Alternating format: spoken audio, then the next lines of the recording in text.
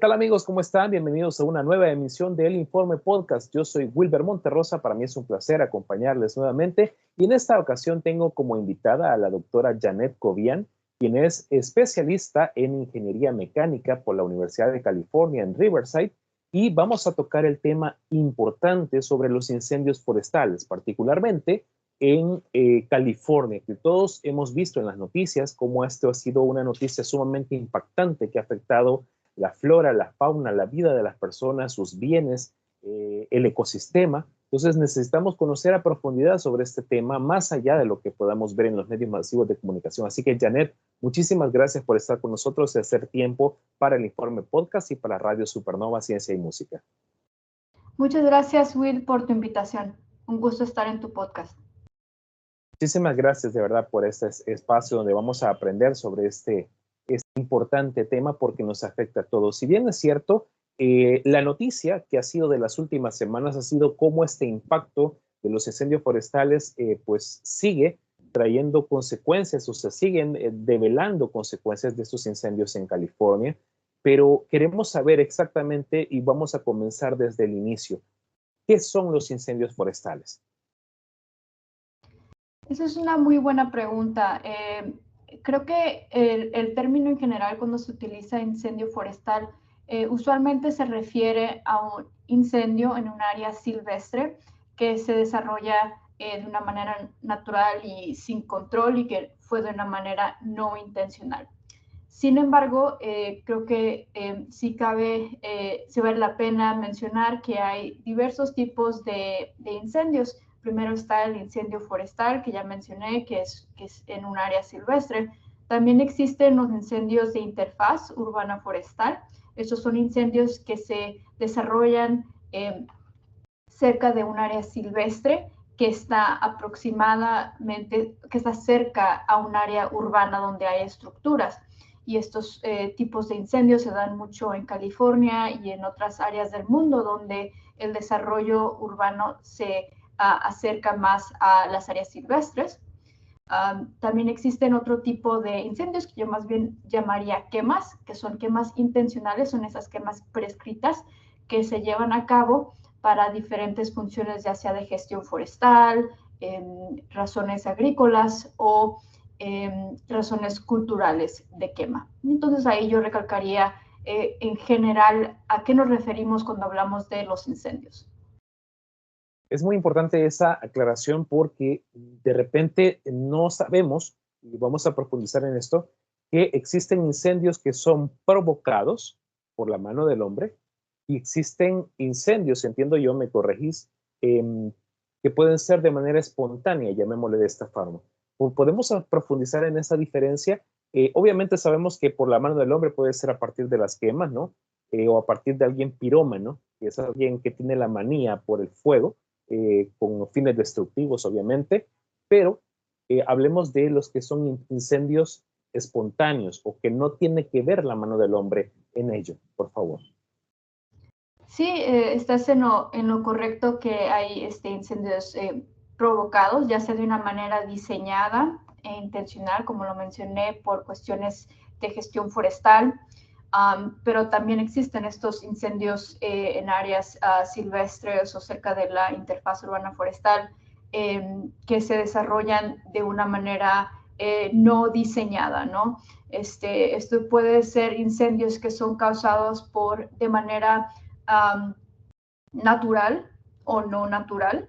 Por natural me refiero a relámpagos, por ejemplo, que son una causa de incendios, pero ese es un tipo de causa de los incendios. También existen las causas no naturales que incluyen cosas como cualquier chispa que puede salir de una fogata cuando las personas están de día de campo o si estamos haciendo algún trabajo de manufactura o construcción cerca de un área silvestre donde puede ser que estemos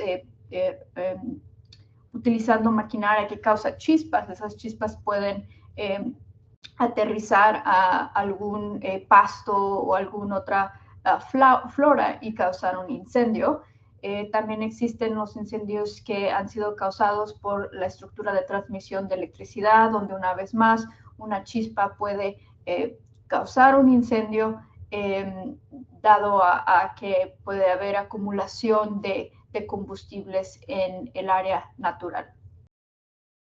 Bien. En el caso de California, que es el área donde estás, donde pues obviamente queremos tomarlo como objeto de estudio, repito, esto es un fenómeno que me imagino que no solamente se da ahí, pero esa es la noticia, es lo mediático que tenemos a continuación y del cual derivamos para ver su aspecto científico y obviamente todas las demás causas y efectos que ha tenido este hecho como tal. Pero en el área de California, tal cual, se ha dicho a nivel mediático que esto es una zona altamente vulnerable precisamente para este fenómeno. Entonces quisiéramos saber lo que pasó en California, lo que ha sucedido en California, es un fenómeno recurrente a partir de la mano del hombre como tal, que obviamente cualquier sitio lo es, pero en el caso de los incendios espontáneos, esta zona como tal del estado de California, ¿es una zona proclive a que esto se repita o que de manera cíclica suceda?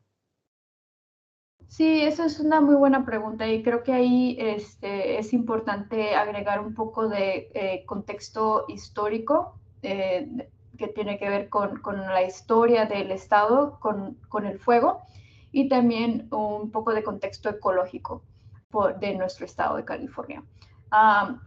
Empezando por la ecología, muchos de los diferentes ecosistemas en el estado de California, como muchos de los bosques que hay en las latitudes más altas del estado, han evolucionado de una manera que dependen del fuego para llevar a cabo funciones básicas ecológicas, pueden ser como el requisito de que haya una alta temperatura para que ciertas semillas se abran y se puedan germinar diferentes especies, como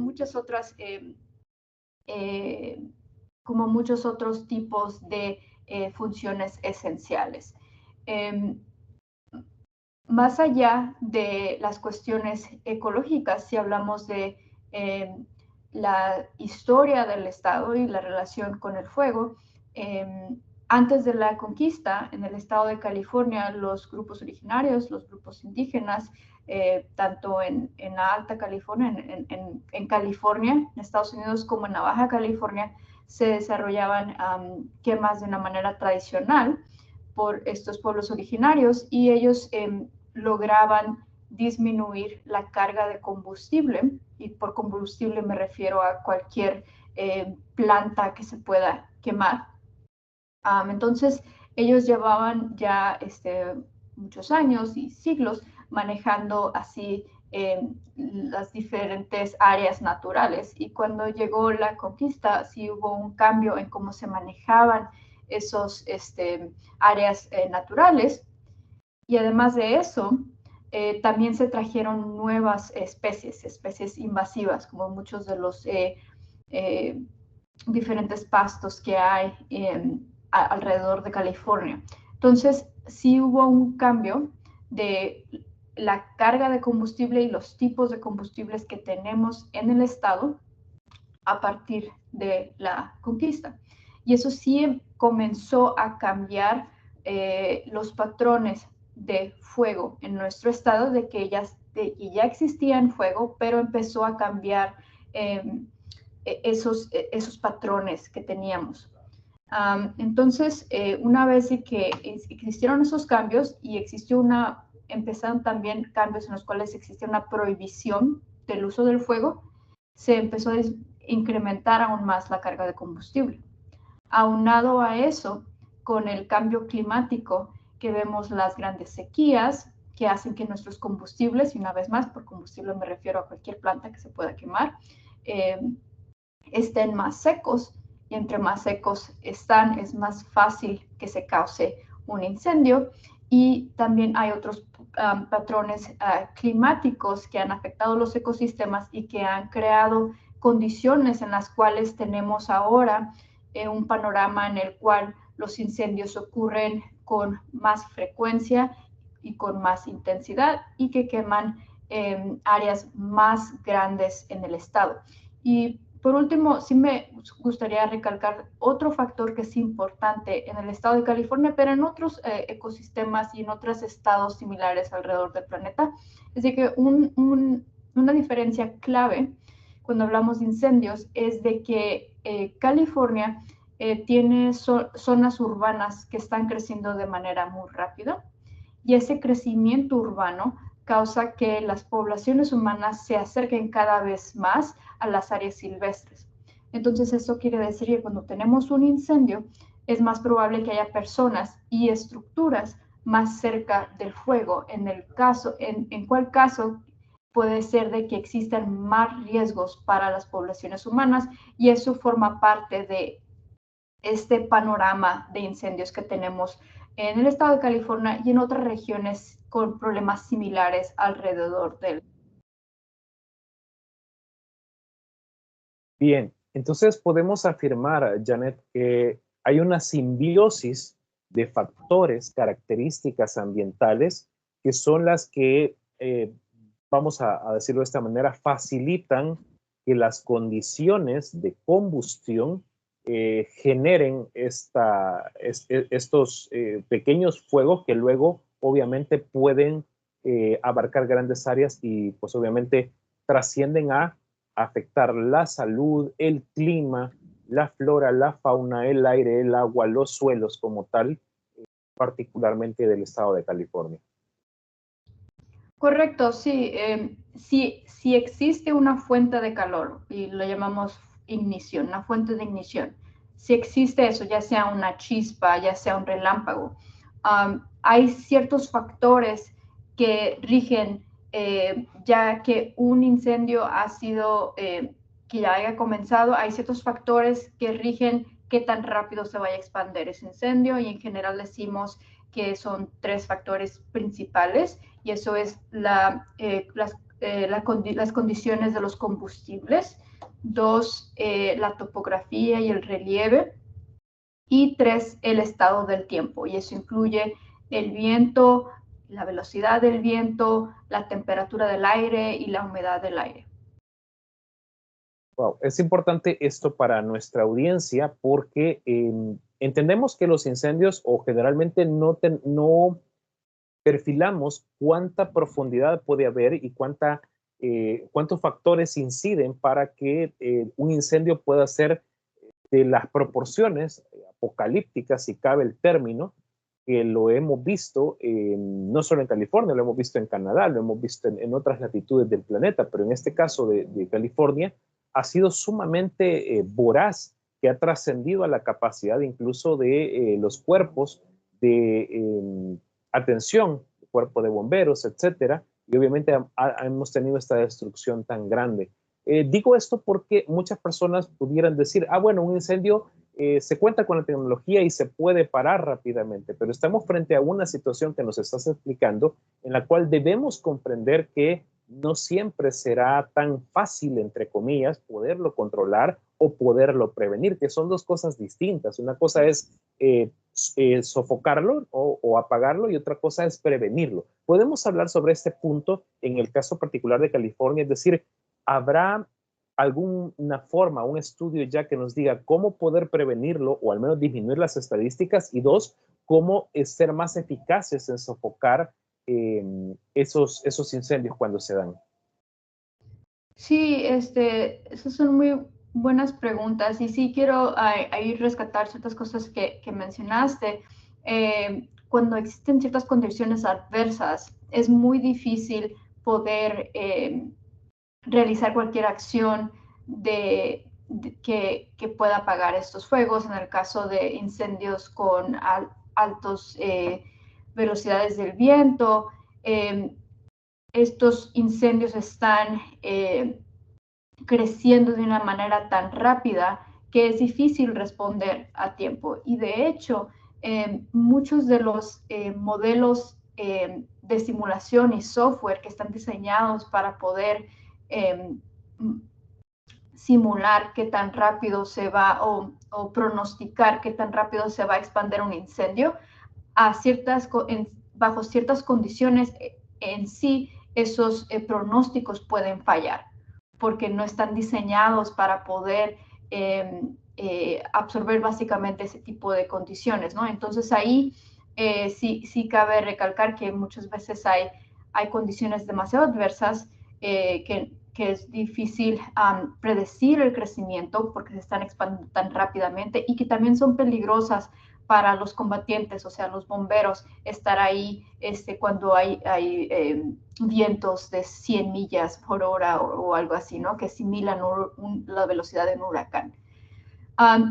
Del punto de vista de la investigación, hay varias formas en las cuales hemos, como comunidad científica, investigado cómo podemos abordar la prevención y el control de incendios. Hablando de control, si me enfoco a poder pronosticar qué tan rápido se va a expandir un fuego para poder tomar las acciones necesarias para acabar ese fuego, ahí creo que desarrollar el desarrollo de investigaciones que nos ayudan a esclarecer cuáles son los parámetros específicos que causan que estos incendios crezcan y cómo es que esos parámetros impactan cómo se va a comportar ese fuego es crucial, porque estos softwares necesitan que nosotros los diseñemos y les alimentemos básicamente la física de cómo se comportan estos fuegos, y ahí está la labor de los científicos, básicamente ir al laboratorio y esclarecer esa física para que eventualmente podamos extraer esa física y matemáticas que nos ayuda a diseñar estos softwares que sean lo suficientemente completos para poder predecir el comportamiento de esos incendios. Entonces ahí desde el punto de vista de control, creo que esa es una faceta del trabajo que hacemos los investigadores. En el punto de vista de prevención, mucho del trabajo que se ha hecho es enfocándonos en qué tipo de prácticas de gestión forestal y de gestión del fuego. Y por gestión me refiero al manejo del fuego y el manejo de nuestros bosques. ¿Qué tipo de prácticas podemos desarrollar para que si existe un incendio, ya sea de una manera natural porque un ecosistema lo necesita o de una manera accidental, este fuego, si es que ya inició, no se desarrolle en un gran incendio altamente destructivo? O sea, que este sea un incendio de baja intensidad. Y entonces existen diferentes prácticas de gestión forestal, como por ejemplo ir al bosque y cortar ciertas ramas, reducir los combustibles. Y parte de la investigación es tratar de entender, ok, si tú diseñas una práctica de gestión forestal que está diseñada para disminuir la intensidad del fuego, la investigación, la labor ahí es poder asesorar si en efecto se va a reducir la intensidad de ese fuego. Entonces, desde el punto de vista de la ciencia, ahí me estoy enfocando mucho en la ciencia de laboratorio que yo hago. Hacemos muchos diferentes tipos de labores para poder alcanzar esos objetivos de control y de prevención. Sin embargo, ahí debo recalcar que el área de incendios o la investigación de incendios es muy interdisciplinaria. Entonces tenemos a colegas en muchas otras áreas, tanto como forestales, geógrafos, ecólogos, etcétera, etcétera, que están trabajando desde diferentes perspectivas sumamente importantes en esta área.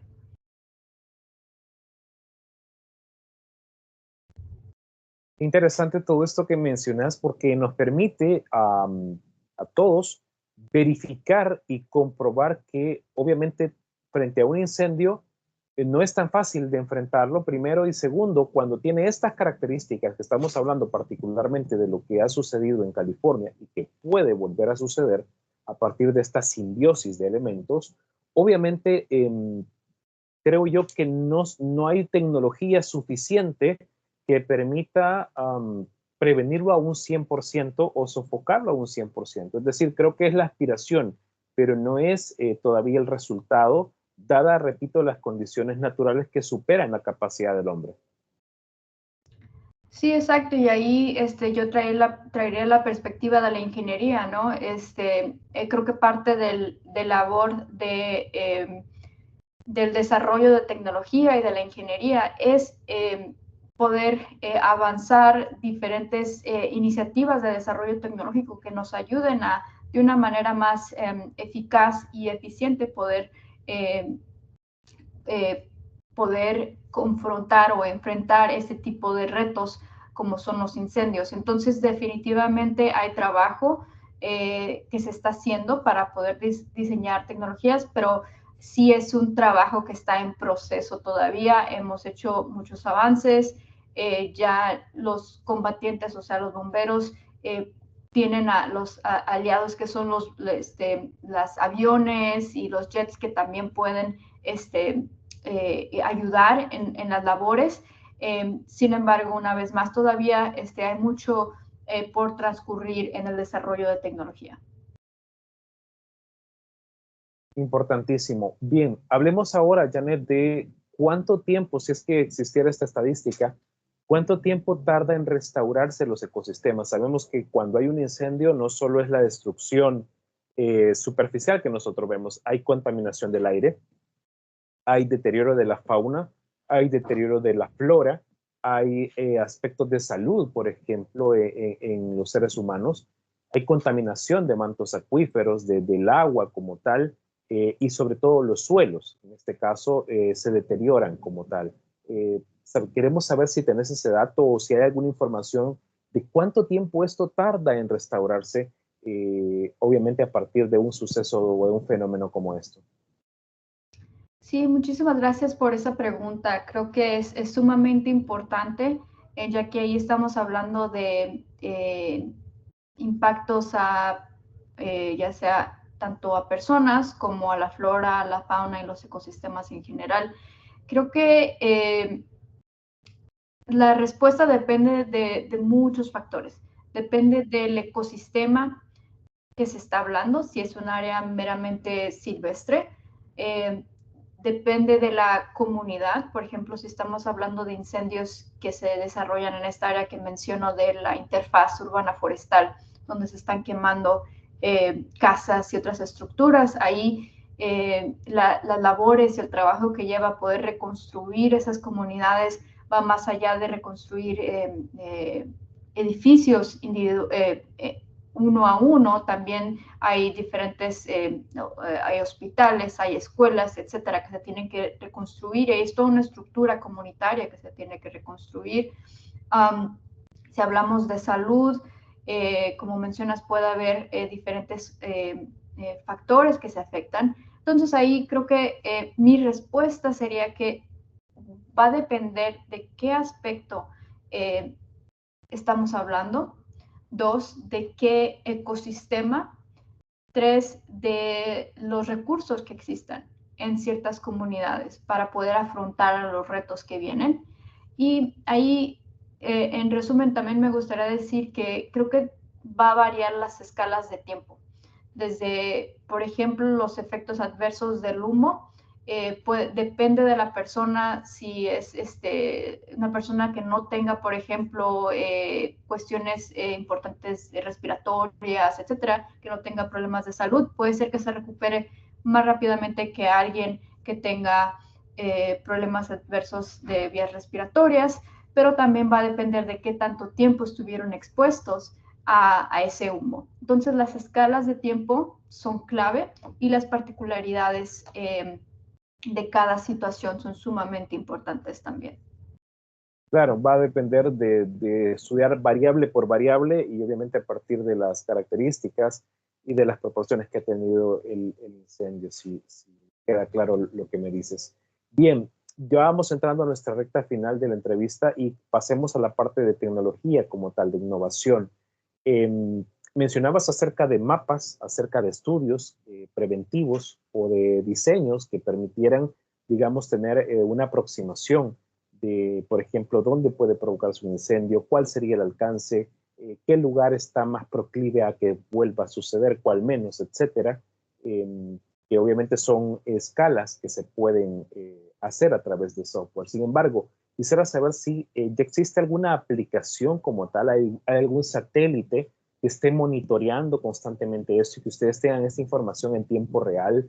¿Hay algún sistema de alarma para los ciudadanos, para los guardias, por ejemplo, los guardias forestales, que ellos puedan estar conectados, digamos, de una u otra forma con un sistema de comunicación que les permita atender rápidamente las emergencias cuando esto suceda? Sí, esa es una muy buena pregunta y ahí voy a comenzar por hablar sobre ciertos satélites que existen que su función es monitorear la actividad, no solo de incendios, pero cualquier otra actividad de alta temperatura que se pueda detectar desde el espacio. Esto incluye los incendios, pero también cosas como volcanes, por ejemplo, erupciones de volcanes. Hay algunos satélites de la NASA y de otras agencias espaciales de otros países, y estos satélites nos proveen información de la localización de dónde pueden existir esas fuentes de alto calor. Hay otros satélites que nos dan información sobre los diferentes tipos de combustibles que existen. Bueno, en sí debo decir que los satélites en sí no nos van a decir qué tipo de combustible, pero nos dan los datos que nos ayudan a poder modelar qué tipo de combustible existe. Y ahí hago como esa pausa para decir eso, de que los satélites en sí no nos van a dar una medición o un dato preciso. Nos van a dar a los científicos y a otras personas que trabajan en estas aplicaciones la información que nosotros necesitamos para poder calcular ciertos índices, por ejemplo, de riesgo o índices de condiciones de los combustibles. Entonces ahí quería mencionar esto porque muchas veces, dado a que mucha información está abierta al público, como los satélites, se cree que simplemente monitoreando los puntos de calor que nos dan, por ejemplo, los satélites, es suficiente para dar un contexto de los incendios. Ahí es muy importante saber de que se requiere de mucho trabajo de cálculo y de análisis para poder entender estos datos bajo el contexto necesario. Aunque sí existen satélites que están monitoreando diferentes procesos que ocurren en la Tierra desde el espacio, es importante dar ese contexto. Perfecto. Ya hablan, sí, adelante. Sí, perdón que te interrumpa, pero en el caso, así como tenemos una alarma sísmica, por ejemplo, que nos avisa incluso de si hay un terremoto en el otro lado del mundo, y yo lo puedo ver en mi celular, saber si las habitantes del estado de California tienen acceso a alguna aplicación que les pueda informar en tiempo real donde hay un conato de incendio, donde hay una emergencia, si ellos tienen acceso a esa tecnología en el cual ellos puedan saber incluso hasta de tener, digamos, la localización de dónde está originándose el fuego, y obviamente que eso les permita tomar alguna medida. ¿Existe esa tecnología, esa aplicación como tal? Sí, debo decir que la información al día más precisa y verificada es la información oficial que provee la Agencia Estatal Forestal, CAL FIRE, en su página de internet. Entonces ahí, si se quiere ver como los resúmenes de cada incendio, se puede buscar en su página de CAL FIRE. Me parece que ellos también tienen una aplicación que dan alertas de diferente información que utilizan, pero no, yo en lo personal no he utilizado su app. Hay una app que se ha desarrollado una entidad no gubernamental, se llama Watch Duty. Yo lo utilizo de una manera personal, no no desde un punto de vista profesional, lo utilizo de una manera personal, y esta aplicación básicamente sí provee ciertos mapas, y esos mapas vienen de diferentes agencias que ellos colectan. Entonces puede ser que sean mapas del perímetro del fuego, mapas de zonas de evacuación, etcétera, etcétera. Entonces, esa aplicación que yo tengo en mi teléfono me da alertas cuando hay una evacuación cerca de donde yo estoy o cuando inicia un nuevo fuego. Interesante. Janet, estamos ya llegando al fin de nuestro podcast por esta ocasión. Sin embargo, es un tema que nos has dejado mucha luz, mucho conocimiento para comprenderlo mejor, no solo entenderlo, sino comprenderlo en su amplia dimensión. Y creo que aún así nos quedamos cortos porque hay muchos puntos que ver, hay muchos puntos que entender, porque aquí quiero comentar algo y me imagino que no estarás en desacuerdo conmigo cuando digo que esta tragedia que ha sucedido en California puede suceder de otras formas, con otras características, pero tragedia al fin en cualquier otro país. Y tenemos que conocer, por ejemplo, cómo el cambio climático, el aumento de temperaturas en algún momento puede afectar o por descuidos, por accidentes, por mano intencional del hombre también. Por ejemplo, en nuestros países latinoamericanos existe la quema de la caña de azúcar, por ejemplo. Y en algún momento eso se puede descontrolar. Hemos tenido casos distintos donde por quemar algo, incluso en las zonas urbanas, de repente en nuestros países, la gente junta hojarasca y de repente hace quemas, en lugar de a lo mejor enterrar lo que pudiera ser de mayor utilidad a la tierra como tal, como agente biodegradable, y eso puede provocar un incendio. Entonces, este podcast o esta entrevista que tenemos contigo no solo es para conocer el caso de California y entender todos estos procesos, sino también hacer un llamado a la conciencia del manejo del fuego y también de cómo debemos ser conscientes también del manejo de la información al respecto de este elemento, de cómo lo manejamos en nuestro día a día. Sí, sí, estoy de acuerdo y creo que ahí es importante que haya inquietudes intelectuales en las personas sobre estas cuestiones y hacer investigación y también tomar iniciativas personales. Sí, me gusta recomendar eso, que cuando vayamos a turismo a hacer un día de campo en un área silvestre, en un parque nacional, sí tener cuidado con nuestras fogatas y cualquier otra cosa que pueda causar un incendio en cualquier otra actividad, tratar de tener también esas iniciativas personales para hacer nuestra parte para poder disminuir la posibilidad de incendios. Perfecto. Muchísimas gracias, Janet, por tu valioso tiempo, por darnos este conocimiento para nuestra audiencia del Informe Podcast. Un saludo cordial para toda la comunidad hispana, particularmente en el estado de California, que pues sabemos que están o estarán con este material también a su disposición. Vaya un saludo muy cordial desde El Salvador para todos ustedes y toda nuestra solidaridad para las personas que han sido afectadas de una u otra forma con estos incendios voraces allá en California. Esperemos que puedan recuperarse, que puedan estar mejor en la brevedad del tiempo. Así que gracias nuevamente por tu tiempo y tu espacio y te invitamos a una nueva ocasión con nosotros, tocando por supuesto siempre temas de ciencia, tecnología y medio ambiente. Muchas gracias por la invitación. Y muchas gracias a ustedes también. Gracias por escucharnos a través de Radio Supernova Ciencia y Música y por supuesto de estar pendientes del canal y de la plataforma www.elinformeciencianews.com. Yo soy Wilber Monterrosa desde San Salvador, El Salvador, y los espero en una futura emisión. Hasta entonces.